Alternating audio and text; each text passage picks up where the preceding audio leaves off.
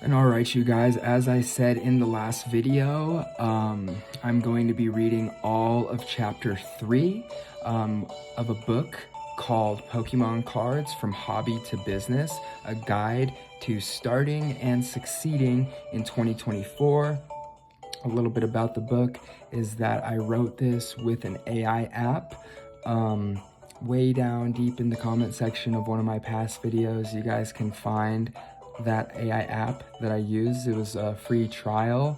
So my whole thing is I started a Pokemon business in 2024 with nothing, $0. I've put $22.18 into this business since I started that day. I think actually I did buy a booster pack for $5.40, but I mean, we're talking next to nothing, guys. So and ladies, but yeah, and normally, just a quick thing, I was only reading one bullet point. If you guys see in my prior videos, that's kind of how the AI separated the chapters up into bullet points, maybe 2 or 3 per chapter.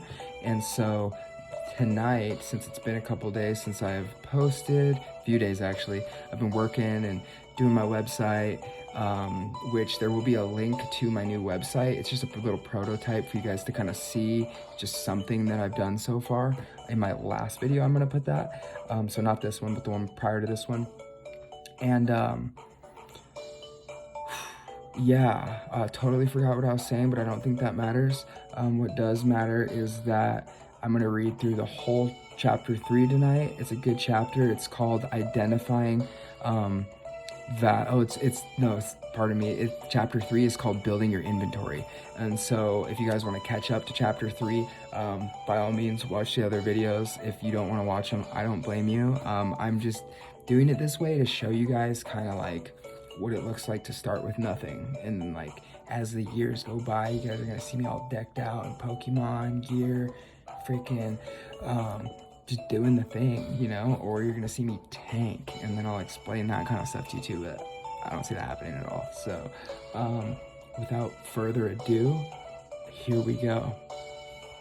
So chapter 3, building your inventory, identifying valuable and sought after Pokemon cards.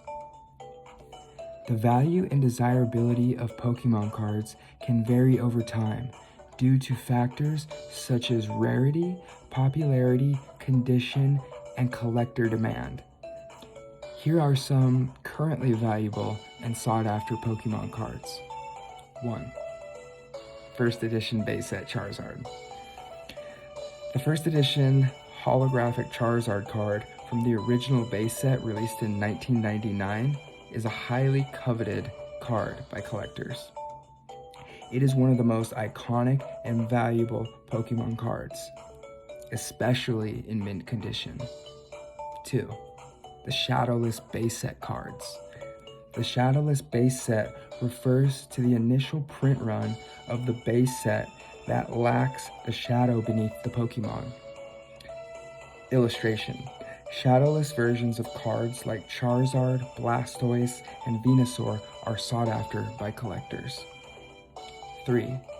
Shining Pokemon cards.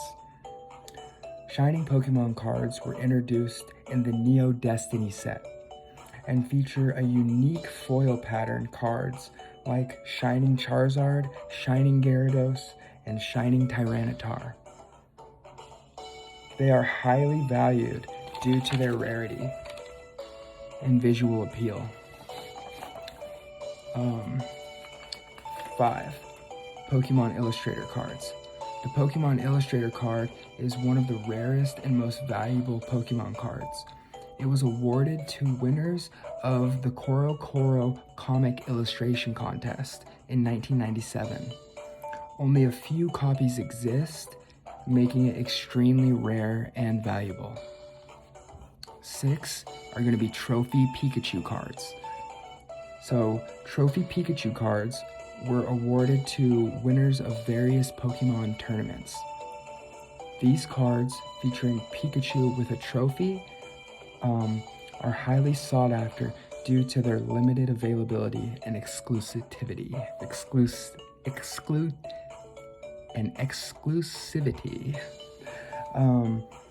Next is going to be 7 is Crystal Pokemon.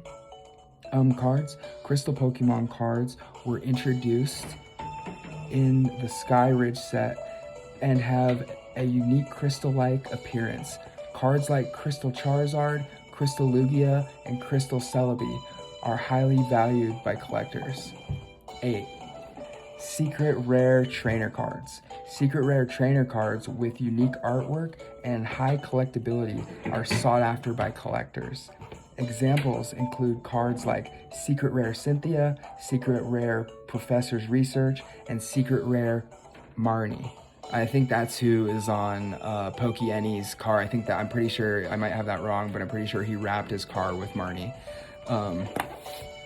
But it's important to note that the value of Pokemon cards can fluctuate over time. So it's always a good idea to stay updated on current market trends and consult reputable sources or experts in the Pokemon card community. Additionally, card condition plays a significant role in determining value. So cards in near mint or mint condition tend to command higher prices. Chapter 3, bullet point number 2, sourcing cards through various channels, including auctions, online marketplaces, and trade shows. Here's a detailed information on how to source Pokemon cards through various channels. Auctions. Online auction platforms like eBay, Heritage Auctions, and Katawiki frequently host Pokemon card auctions. So you can browse through listings, set up alerts for specific cards, and participate in bidding to acquire desired cards. 2. Online marketplaces. eBay is the first one. eBay is a popular online marketplace for Pokemon cards. You can search for specific cards or sets, filter results by condition and price, and you can review seller ratings before making a purchase. TCG Player is another popular one. TCG Player is a trusted marketplace specifically for trading card games. It offers a wide selection of Pokemon cards from various sellers with options to filter by condition, rarity, and price. There's also Facebook groups. You can join a Pokemon card trading or selling group on Facebook, engage with the community, browse listings, negotiate prices, and arrange transactions with other members. 3. Trade shows and conventions. Attend trade shows. Look for local or regional trade shows dedicated to Pokemon cards or trading card games. These events often have vendors selling cards, and you can also network with other collectors. Vendor booths. Visit vendor booths at trade shows and conventions, browse their inventory, negotiate prices, and potentially find a rare, sought-after Pokemon card or cards. Trading tables are also something that exists. Some trade shows or conventions have designed areas where attendees can trade cards with each other, and this way you can bring your own cards to trade or negotiate deals with other collectors. 4 is local stores and collectible shops. Local game stores is the first one, and it says check out local game stores or hobby shops that specify in trading card games. They often carry Pokemon cards and may have rare or valuable cards in stock. 5 is online communities and forums. Pokemon card forums is the first one. Joining online forums and communities dedicated to Pokemon cards allows you to engage with other collectors, participate in discussions, and explore trading or buying opportunities. There's Reddit.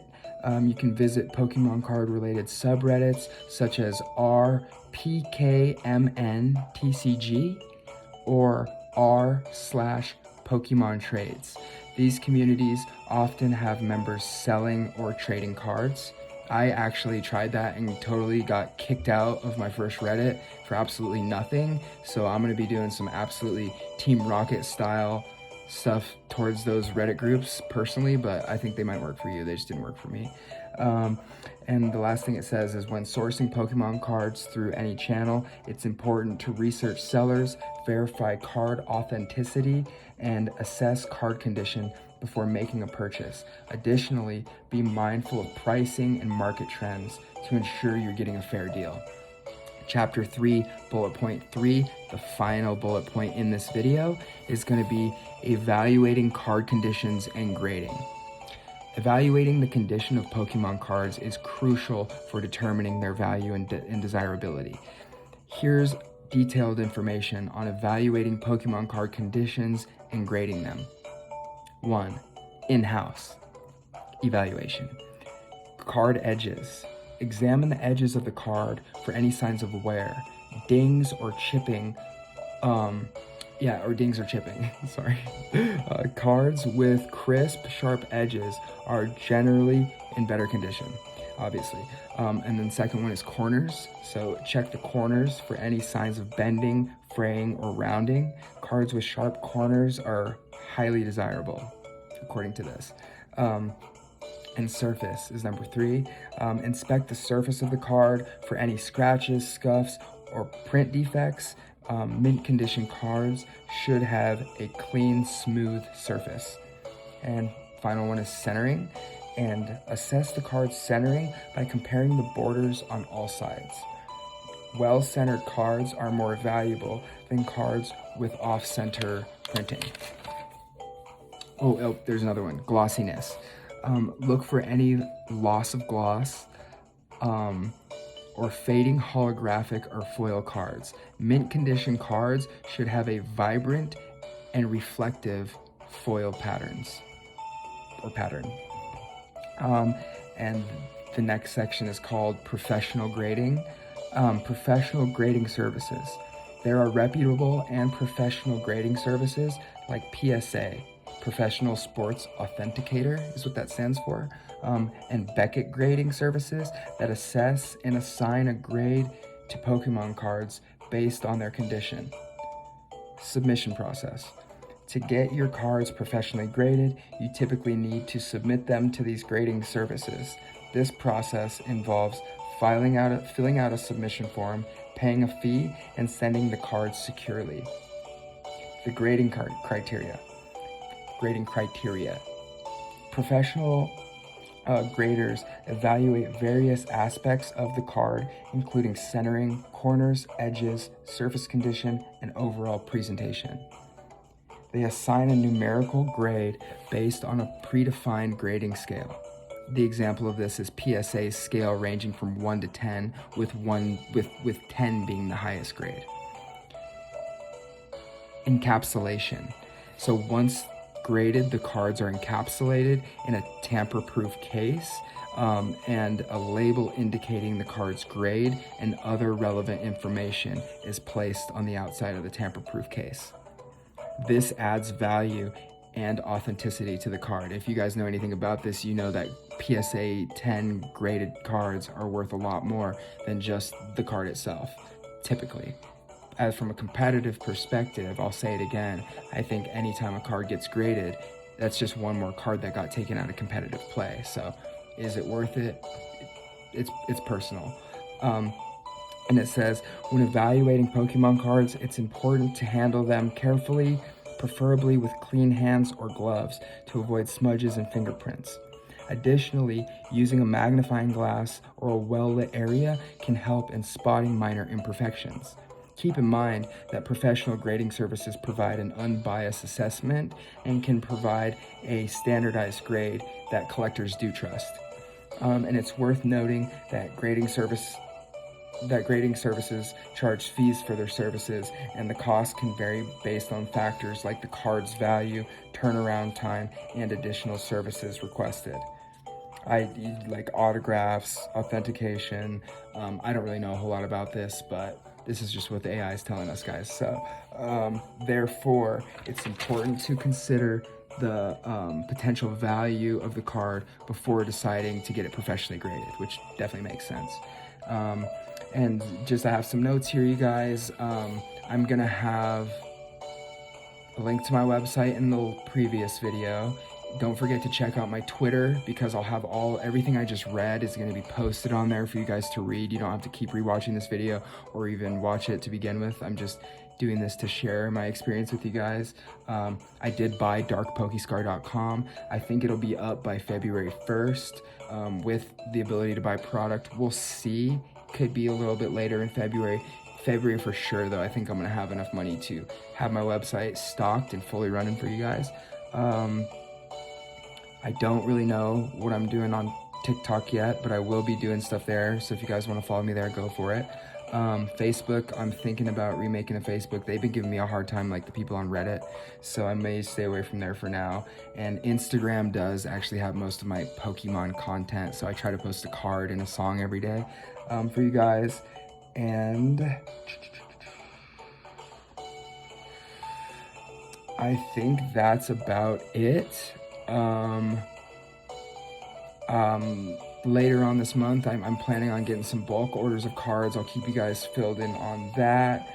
I get paid on the 26th, so I'll let you guys know what it looks like when I get my tax resale license. Once I get the LLC, the active member LLC for the company, that's going to allow me to set up payment and receive payment on my website. You guys can learn about my shipping and return policies. You guys can learn about just a little bit about me and my cat Marshmallow.